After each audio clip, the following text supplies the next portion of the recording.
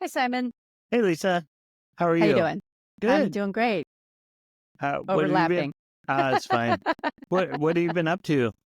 Well, you know what? I was thinking about how it's been a couple of months since you and I have started this podcast, and I'm delighted at the feedback that we're getting from people. Yeah, And your chiropractor I saw put a note in one of our videos and said, "I want to talk to you more about this." So it's fun to be able to see that, and I don't know, you'll have to follow up and tell us all absolutely. what he was what he was wondering about.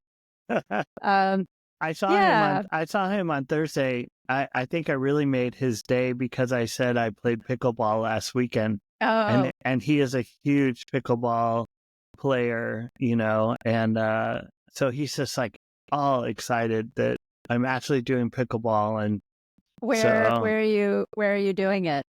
Well, I've only done it the one time, but I went with my son and my friend Lance and his son, and so it was old people versus young people, and athletic people versus somewhat athletic people, and Uh, it was actually very fun because we just kept rotating who was playing with mm, whom. As it's always you play doubles is yep, pretty popular.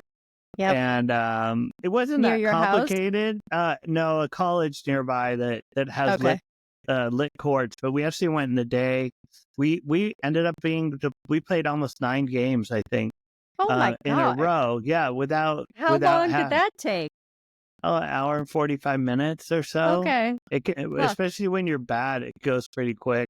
Yeah, that's fair. If one team is much better than the other one. Yeah, Yeah, my Rob and I played against a neighbor of mine and her husband. I mean, both of them are my neighbors, but a couple. And we played. It was the girls against the boys, so to right. speak.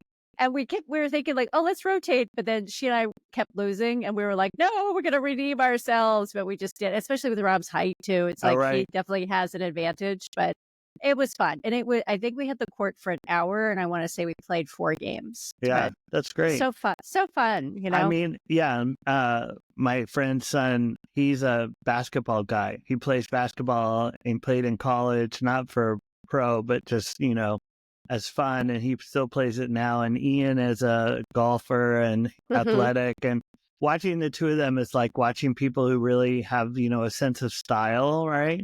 It's not just like me trying to hit the ball, Ian follows through. They predict. Yeah. It's different. No, oh yeah. See, I was lucky to hit it where I could tell Rob, because he's very good at ping pong as well. Like he can spin it and stuff like that. Like he can, Right. and he'll But like run up and just like pretend he's gonna slam it, and then he just taps it, and it's like, oh God, he's very good at strategy. Yeah. yeah, Anyway. but it's a fun game. And, interesting, speaking of strategy and things like that, I think today we want to talk a little bit about email basics, right? Yes. And talk about, the strategy behind setting up email for a business. You and I have had a lot of conversations about, oh, make sure you're capturing people's names. That's like been one of the conversions, if you will, that we've Hmm. talked about. Yes. But now what? What do we do with all those names, right? We said Yeah. you you don't want And to why? capture, right? Yeah. I mean, Why am I getting everybody's email address? Yeah. so are you going to send them Christmas cards? No, probably Maybe. not. Maybe. Maybe. I don't know. Um. So let's sort of start with the basics. I mean, obviously you've got a lot of great experience at sort of the corporate level and at the small business level. Mhm. Yep. So maybe we'll start with just some simple things. Why is email still relevant? Isn't everything Twitter, social, Mhm. things like that, TikTok? Yeah.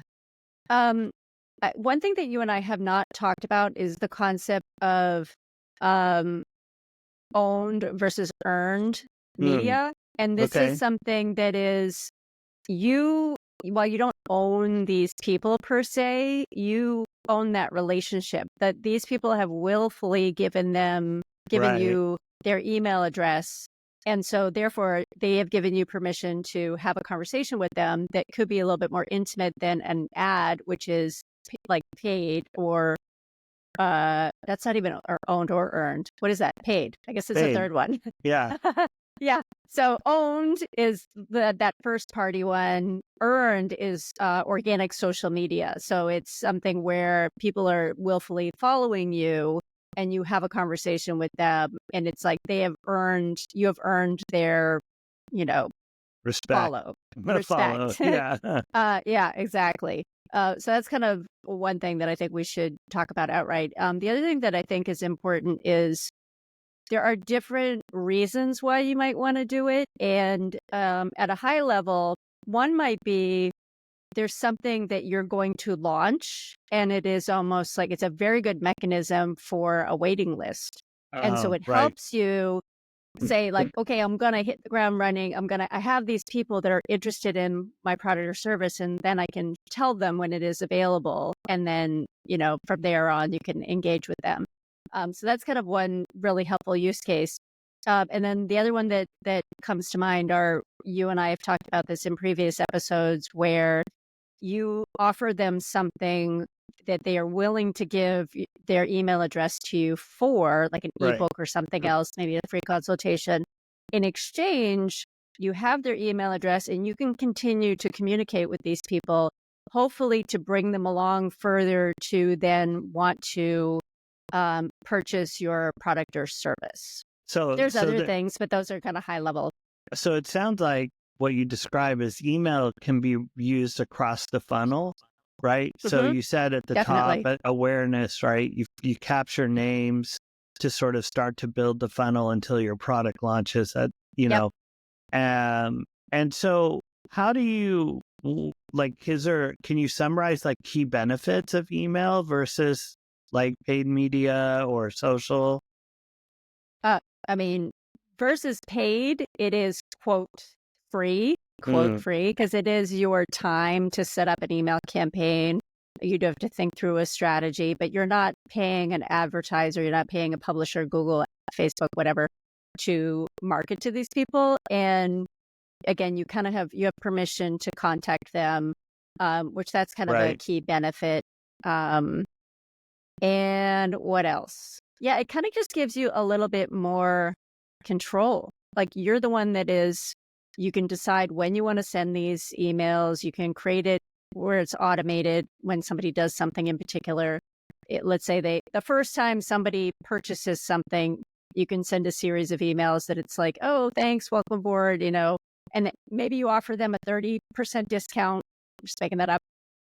So that, buy again and then the next 30 days or give it to somebody else or something like that to try to kind of welcome them. So tell me a little bit more. We've talked again, like you said, about capturing names, using potentially lead magnets and things like that. Are there any ways you shouldn't go about approaching sort of growing or creating an email list? Like, is there some ethical or effective sort of issues to think about? Yeah, that is a great question.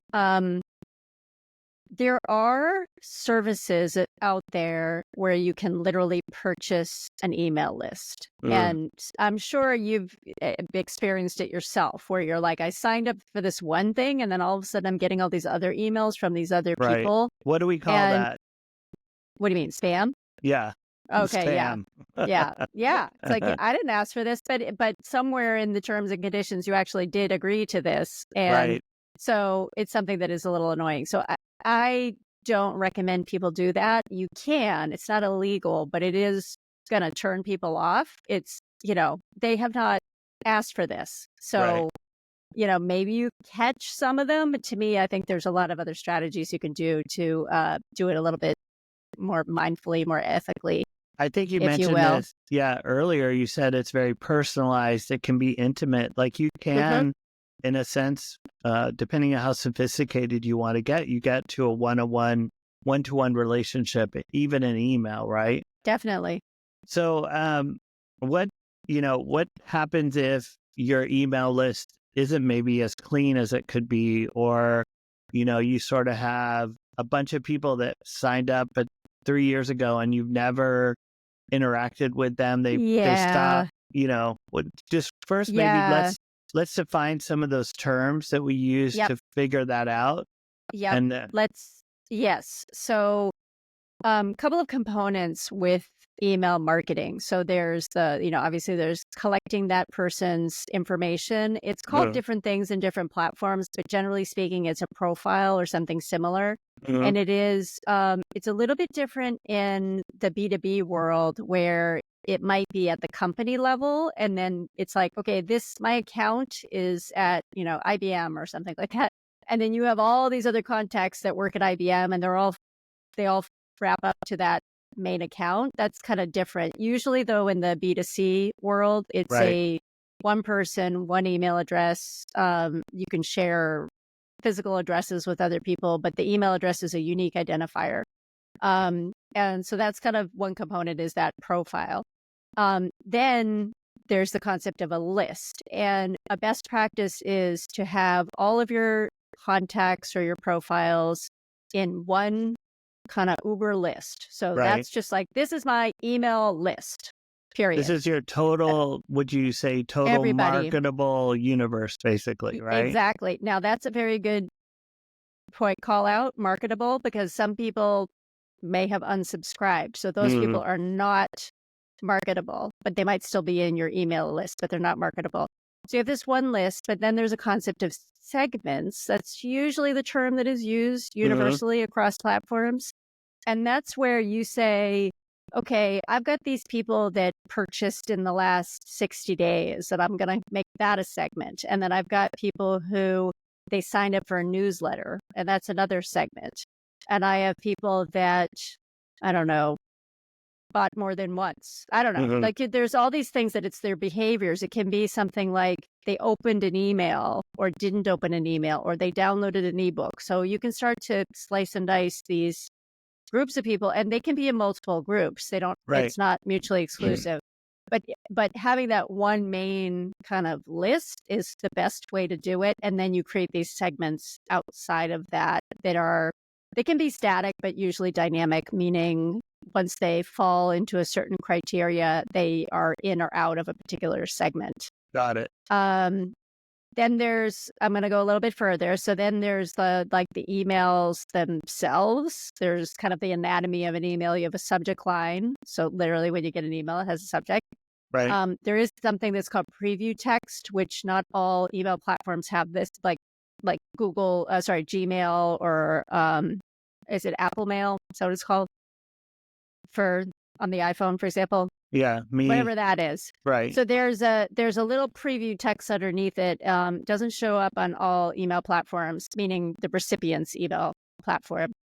And then there's the body of the email, and then within that there's more to that. But that's kind of loosely the components of an email. And then there's the concept of, is it an automated email or is it a scheduled or a one-off campaign? So just pause for a second. So you Yes. take your list, you take segments. These are ways to slice and dice the people you're going to communicate to, and then that's going to impact what you say in the subject line, what the preview text might say, what the body is, what the calls to action would be, right? So you said Definitely. someone who purchased maybe in the last 60 days, the topic or the email campaign would be welcome, for example, right? Versus, and maybe it's using the product or using the service, how-tos. It could be a series, right, of these Definitely. based on that segment. And it's going to change all your parameters within the email. Yep. Okay. Definitely. So is there a best practice then? You have this sort of framework. Is there a best practice as you think about the content? So, when is an email supposed to be formal? When is it conversational? How does your brand play into that? You just answered the question in that your brand is how you communicate. So if you are a, warmer, friendlier type of a business, then that's the way that you're going to communicate in your email.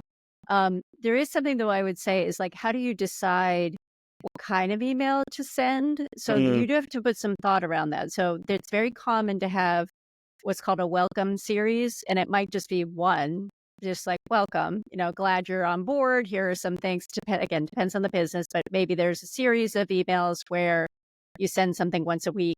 Perhaps your business is going to be different, and you should experiment with different frequencies of when you send or how many you send. right. So a welcome series might be one. If you have an e-commerce solution, if somebody has put something in their cart and then they forgot about it, sending an email this is usually triggered or automated, where you'll send an email if you have their email address, but you'll send an email to say like, oh, did you forget something? And then maybe you give them an incentive. Or is it let's see, so win back is another one. So let's say people have lapsed and maybe you have a service, like a Right. subscription of some sort. And if they've lapsed in the last 90 days or 180 days, you could do what's called a win back campaign where maybe you try to get them back.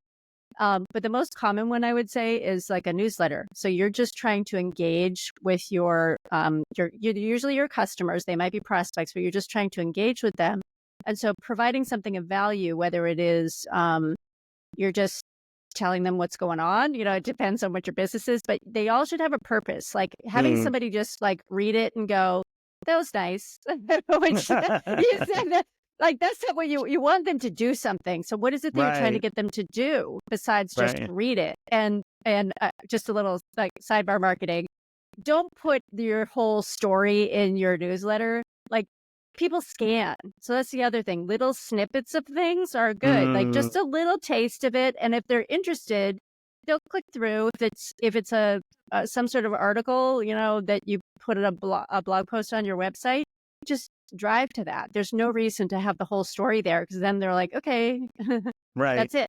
So You're what's the purpose? so that little tease, and you want to make sure that call to action, the click, Yep, right, is makes sense, right? So it's read the full blog post, or shop now, yep, or explore this, right? And we always talk a little bit about it's nice to have when you do a CTA to include an imperative, right? So something exactly, doing something.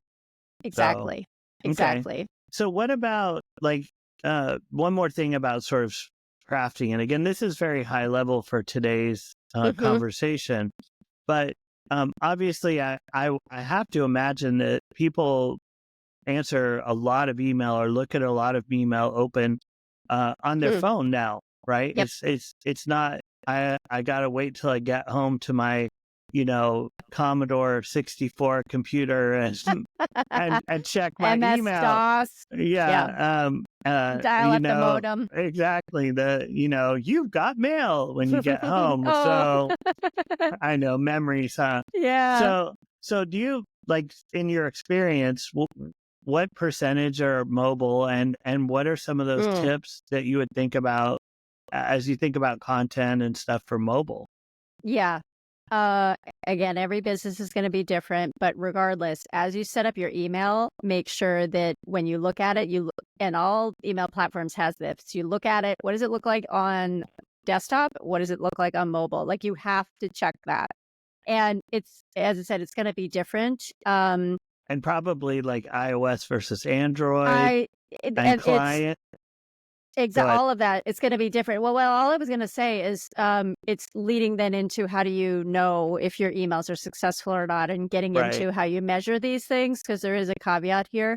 Um, all email platforms, and we have to talk about platforms too, that you Oh. decide to have built-in analytics. Mm, So they'll look at open rate, mhm. which pause on that thought, hold that thought. We'll get back to that in a second. And then click-through rate.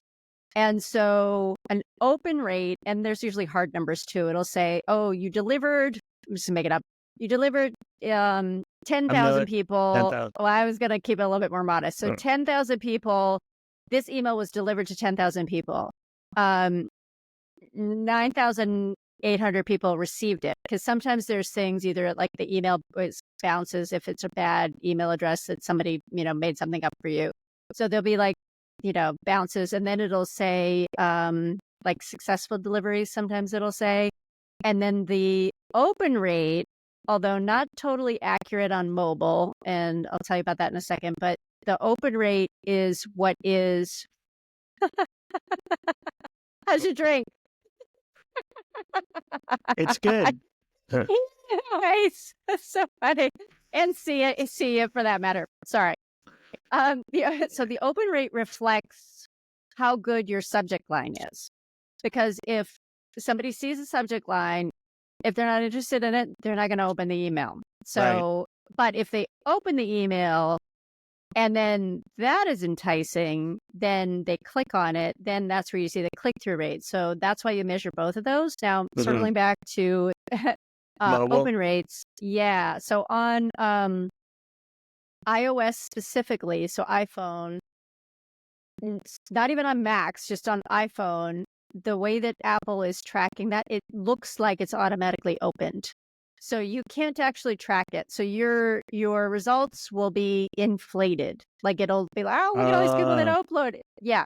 However, while that's not great, if you have a newsletter that you're running every month, you want that number to increase. So even though you don't exactly know how much of this is accurate or not, it's giving you a baseline, and then think about it as your goal is to improve that a little bit each time. So if it says, sidebar. Well, I was going to say sidebar marketing. Yeah. Oftentimes with analytics, trends are more important than spikes, right? Yep. True. Yeah. So true. You're going to see spikes when you do something, when you have some activity, but over time, you're looking for growth, right? Yep. So, okay. Yes. So that's what you have to keep in mind. And then the click-through rate, that is pretty, like they're doing that because it also shows up as where you were driving them to. So if, again, that blog post as an example, you'll see that showing up in your website analytics that somebody came to the page. So is it from email. Can you take an email and have 2 or 3, like we talked about, teasers or little segments of content? Do you get a click-through rate?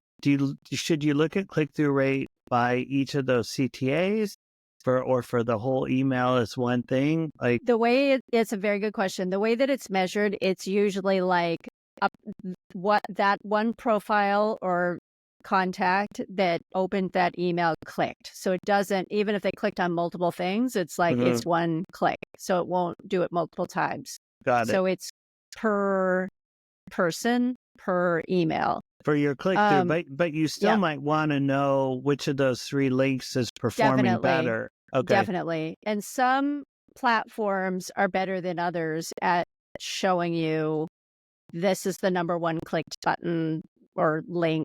This is 2, this is 3, and it'll show you. So some are better than others. So before if you're like, I don't even know.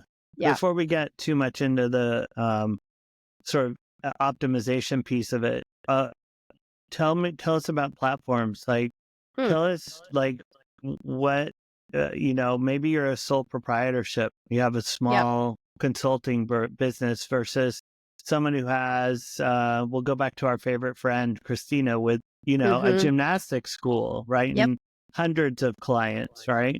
And then you have. We've both worked at places that have email lists that have over millions and millions of profiles, right? Exactly. So maybe just talk briefly about the platforms, but also talk about them in the sense of how do you figure out how to spend for this, right? Do you manually how much manage you should it? invest in an email platform? Yeah. So I think that you and I have determined that the people that are most interested in what we're having to say are smaller businesses or startups versus on the enterprise side. Because the enterprise side, there's enterprise quality, if you will, software that is hundreds of thousands of dollars, which I don't think and I'll like Salesforce, like I think Marketo is probably pretty expensive. I don't actually know how much that is. But like those are like their enterprise licenses so that lots of people within an organization can access it for one price. Right. So put that aside. We're not talking about that. So on the small business side, there's like so many, and there's tons that I don't even know. And Yeah. there are also some that are specific to a particular industry. So the kind of top ones that come to mind for me. So HubSpot, very common. You can get started for free. They have what's called a free CRM, customer relationship management, which literally just like I just want to know who, like I'm tracking my customers, period. Like you're not emailing them. You literally just are like, oh, I called them and I make a note in their profile, and then, or they visited my website. I can kind of see that if I have their email address. So there's things like Right. that you can do for free. But then once you start wanting to add on email, it starts to get pricey pretty quick, depending on how big the size of your audience is that you're mailing to. So just keep Mhm. that in mind, like for planning purposes. Right. Um, Constant Contact is another very common one. Very reasonably priced. I feel like they have probably a 30-day free trial. They start at maybe like $30 a month for 1,000 or 2,000 contacts. Do you typically pay per send or a flat rate, or does it vary with these platforms? What? Typically, it is a monthly fee. So again, using the Constant Contact example, maybe $30 a month. And then maybe that gives you, and don't quote me on this, like definitely look at their website because things change. But loosely, it's like, okay, it's this much per month. You will be able to do maybe 5 email sends per month to up to 2,000 people. That's the Got kind of it. way that they do it. And Got it. then if you're like, well, I have 3,000 people now, then they start to charge you a little bit more. And that's where HubSpot gets expensive pretty quickly. So Mhm. that's just be aware and look at that, like plan for your Right. growth, because people usually are trying to grow their email addresses. So email lists. And so try to, you know, make sure like, okay, am I going to need all these features, for example? Like maybe I don't need all these things. Maybe I just need something super simple and I don't need to, that's not as important to me. So just kind of keep that in mind. So I'm what going to are name a couple other I want to yeah. name a couple other ones. MailChimp is another one, which is owned by Intuit now. And Klaviyo is another one, which is lesser known, but I really like this one because if you have an e-commerce platform, and specifically Shopify, although any e-commerce platform, but Shopify in particular, which a lot of small and large organizations Yeah. use, Yep. they are so well tied together. It's like the integration is really, really nice. So let's say I have a Shopify store where I'm selling a ton of clothes. I don't know. And so somebody comes to my website and I know who they are. They've given me their email address at some point for some reason. Maybe they're an existing customer and they are browsing things, but they don't end up doing anything about it. I Mhm. could set up an email that shows these are the last 3 products that person had viewed and say like, oh, did something catch your eye, and then maybe you give them Nice. an incentive. Yeah, it's like, it's really, really good. So it's Good. our friends, well, I don't know if I should name names, but one of our, yeah, one of our former colleagues that also has a e-commerce business she's the one that introduced me to Klaviyo. And then once I like started looking into it, it's really good. And it's also starts out really reasonably. It's the same thing, And like it $25-$30 a month. it's pretty easy to integrate it the other way, which is the capture side, right? So you Oh yeah. can drop, Yep.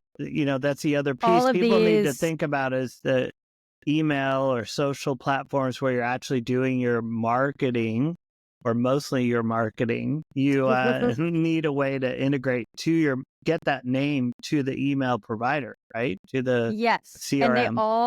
all have a form collection aspect. So you can create your form however you want. What's the information you want? Do you want it to just get an email address because you want to try to reduce the friction of getting their email address? Or do you need more information from them? Do you need them to fill out a ton more stuff before you will let them get access to something, for example? So they're customizable in that way. And they all have that, which is nice. Right. And then it just ports it right into the system so that there's a profile already on them.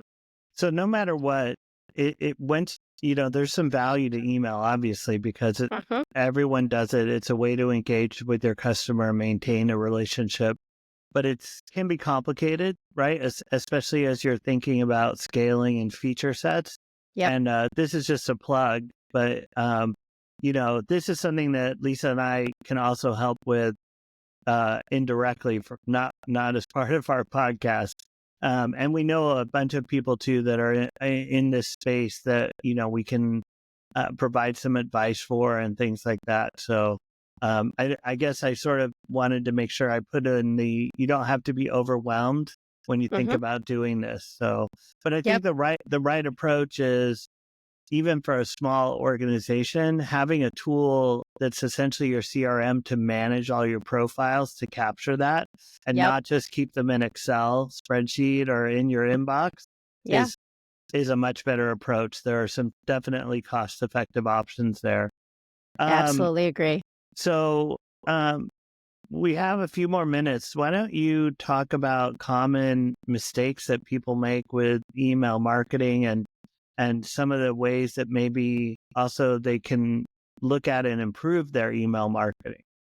Yeah, I mean, the first thing that we haven't even touched on is the idea of informed consent. So literally, people have to say, yes, I am giving you my email address, and even we haven't talked about SMS, but that's kind of similar communicate. Instead of email, it's text messages. Texting, they're related, and a lot of these platforms do both at the same time. But you have to get consent from people. And if you don't, there are literally laws that are like, there's one in Canada, CAN Spam Act, and it's an acronym that I couldn't tell you what it stands for. But there are things where it's like you literally can't do certain things. So make sure, maybe we'll talk about it, but it's not a very interesting topic for us. I don't think it's going to engage many people. But maybe we'll write a blog post or something just to point people to like what the CAN Spam Act is. I think we should. There's legal things that you have to check. And I think we're going to, at some point, need to have one of our legal friends come on and talk about that's a good idea. Consent, privacy policy, terms and conditions. Like, how do all these things work together? I was, one of the things I think about with email along this line is unsubscribe too. You also need a way for people to decide if they don't want to receive your email anymore. Exactly. Yeah, for sure. And there's things like that it's like, and just think of it as do no harm. Like, don't be a jerk about it, Right. Like you want to add value. You want to give people things that are of value to them. Don't just be like, I just want to get their email address and I don't care. And if they unsubscribe, I'm still going to mail them. And a lot of times you even can't do it. The platforms don't let you, which is nice. The platforms kind of make you compliant, They're integrated unsubscribe. Yeah. I know. Definitely. I've unsubscribed things and they'll tell you it might take a couple days or a week or whatever. But I've also done that before and I'm still not unsubscribed. Me too. And it's just like so annoying. So that's one of those common mistakes is really not thinking about your whole customer experience.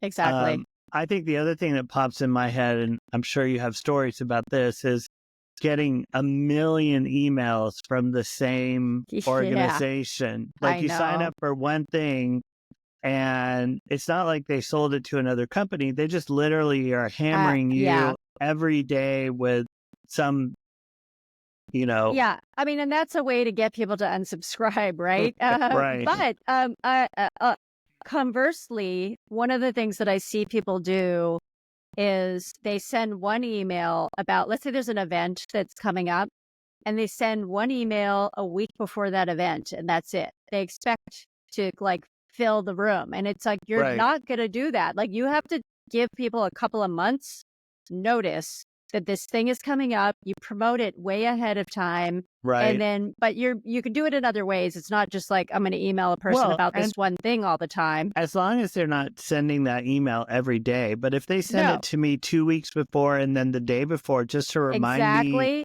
that I signed up or for this seminar or whatever. Exactly what I was going to say. Exactly. Okay. So there's, and then like a webinar is a great example too. I might, in the B2B world, send something a couple of weeks out saying like, oh, we've got this, webinar coming up. Would love for you to join. Maybe a week later, if they have not signed up yet, I might send it again because people sometimes don't see it. Sometimes change the subject line so it looks like it's a different email, but it's not. It's maybe the contents are exactly the same. And then you could decide, again, that like last chance if they haven't signed up. Right. Or it's also just reminders. Like, you did sign up.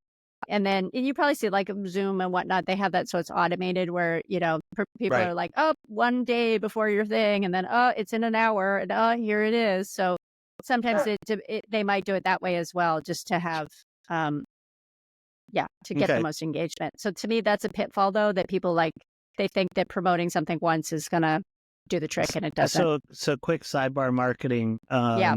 One of the terms that this is called is and it just fell out of my head. What are you getting at? When you send too many emails, fatigue. Yeah. When you basically are creating email fatigue, and it's the balance to frequency, right? So one of the strategies in marketing is to expose people to things a certain number of times, because that's what the trigger is going to be for them to act. So it might be a website visit and a follow-up with an ad, follow-up with the social media, whatever. And that's frequency, and that's fine until you fatigue somebody and they're just like, I am tired of you sending me emails. So I've seen, I think a good example, let me know if you think this isn't a great best practice, but is to let people have a preference center, right? To open up something for them to choose. I only want to get weekly. I want to get daily. Maybe they only want to get for, like you were saying, if there's a discount or like a sale. Yeah. They don't want the newsletter. They want the e-commerce stuff.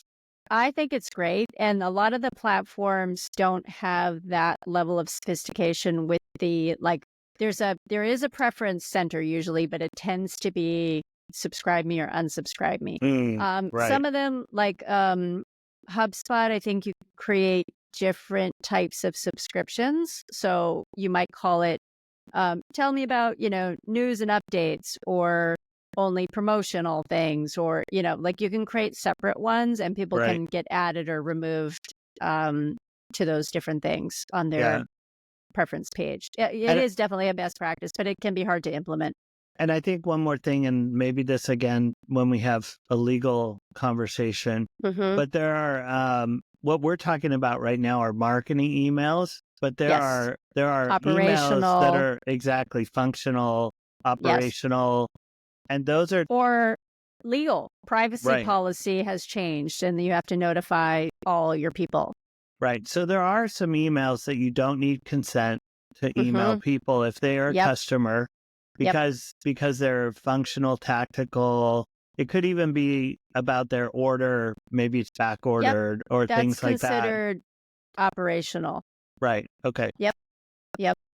Cool. So we're sort of at the hour or at the time limit here. What would be your sort of key takeaways? I'm new, having a small business. It's a service, how do I get started? Like what's the best couple steps, and then, where do you go from there? I always tell people, if you just try it with a free HubSpot account, because you can do that email collection with a form. The free version, I think it has HubSpot branding. So if you want to get rid of the branding, you have to start paying, I don't know, $25 a month for their kind of basic marketing plan. Right. It is a good place to start. And even though I mentioned that it can get pricey, it's not that hard to move over to another platform. Okay. If it's not terrible. So you it's can something, take especially your if you're early names. on. Yeah, you can move them over. Maybe you don't get all the profile data, but you can move at least the name. And Exactly. But you can also, your HubSpot CRM, so keeping track of the actual email name and their profile, that is free forever. Literally, that's what their website says. So you can downgrade to a free plan. You're still going to have all your people in there. It's just then you can't email people. You can't email all those people all the time. That's when it starts to charge you. So that's one thing. And then also you start collecting names. Like try to, do you have something, again, like a launch, like for Christina? I know we keep talking about her, but so we kind of helped her have people in her classes when she officially launched, because she did like an open house for a couple of weeks, and then got people in physically, and then we said oh, this is new, if you're let us we want to let you know when we're going to be opening the doors. And so we just collected a bunch of email. Like we got a lot of people so that come time when registration was open, like we had to get the platform stuff all set up. When that was open, we could then say, hey, registration's open, register. And then, she surpassed her enrollments like in the first 3 or 4 months, which what she'd planned to do for a year. So it can be very effective to help you with that. Okay. And maybe so that's how I would start. And that's really the answer to the question I asked earlier, which is when do I decide to get a more sophisticated system? And it's when you start to see results, right? And these emails are generating new clients, they're generating revenue. It's okay, like you said, start small, maybe start free. But if you start generating income, it most likely going to more sophistication is going to help you generate even more. But it's going to take more of your time, right? You're going to have to, it's an investment in dollars. It's an investment in time. Potentially at some point, companies need email people, right? That's all they do is manage these segments and lists and things like that. So yeah, I mean, I do that as a service for a few of my clients, is just to help them set up templates, give them some guidance on what their email should look like, or they set them up and then have me review it just to see, if I see any gotchas. Because it's like there's a lot to try to convey, and you learn over time. Like you definitely pick up tips and And I think for a future episode, we didn't touch a lot on this, but I think it'd be really good to talk about campaign strategies. So, it's great to capture emails. It's great to have a concept of, I'm going to do a newsletter, but what does that really look like? Is it weekly, bi-weekly? What's the content? What's the calendar? Does it go to everyone? So that's another part of this that you sort of have to think through is like you said, we said this before, you have to have a plan. Like you can't. Good. Yeah, I was going to say, like, it's almost like it's not just, it's like campaign strategy and structure, because there are some too where you can set up automated campaigns and then you don't even have to think about it, which is really nice. Like maybe every now and then you might want to make refinements just to like check on it to see if it's still performing. But once you start to do that, and this is where HubSpot, sorry to like diss on it, but it gets very expensive very quickly when you bring in automation. Whereas Klaviyo, Constant Contact, MailChimp's not great with automation, but it's like they have built-in automations or automations that you customize, and it's still within that $30 like you said, plan. Someone captures a name, you send them a welcome email. That's all automated, right? Yep. It doesn't matter. It's like if I did it today, that if I signed up for a newsletter today and then you decide I'm going to send an email to that person immediately, or I want to wait a day and then I want to send it to them, versus if a week from now I decided to sign up for this newsletter, I'm going to get it that day. So it isn't based on it. Whereas there's other campaigns like a newsletter, you've decided, January 1st, February 1st, I send out these newsletters always on the 1st of the month. Those are, you can still schedule them, but those are not automated. Even though you're scheduling them, an automated one is or triggered. That's another word, is like it's based on when somebody does something. Yeah. And just to sort of expand on that, you could have the same newsletter you send February 1st to your known people. But I imagine if someone signed up for newsletters on February 6th, you just send them the same newsletter you sent the people on the 1st, right?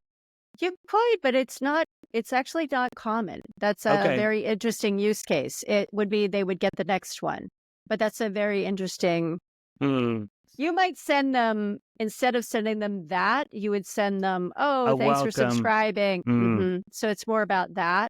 Usually, I mean, you can do whatever you want, but like in terms of what makes sense. Yeah. And we're off topic just slightly, but I was just thinking, I mean, we're on topic. Like, a lot of times with any business, but especially a small business, like how can you repurpose stuff, right? So you're not constantly reinventing the wheel, because I imagine writing that first newsletter every month that takes time. It takes effort or money or, so what can you do that, like you were saying, is automated, triggered? That's part of, I think, that the strategy of the whole campaign work. Yeah. So do you want to hold and we'll talk about that another time? Because I I think think it's a so. it's a big old topic. So yeah, that was a good discussion. It was. Thank you.